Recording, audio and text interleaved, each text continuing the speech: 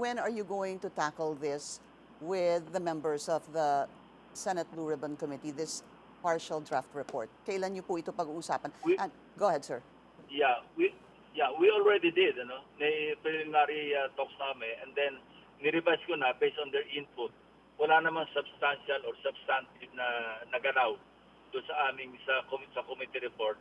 Parang we just revised the some words, ano? Yung proper language, more proper or more appropriate language na magamit sa report.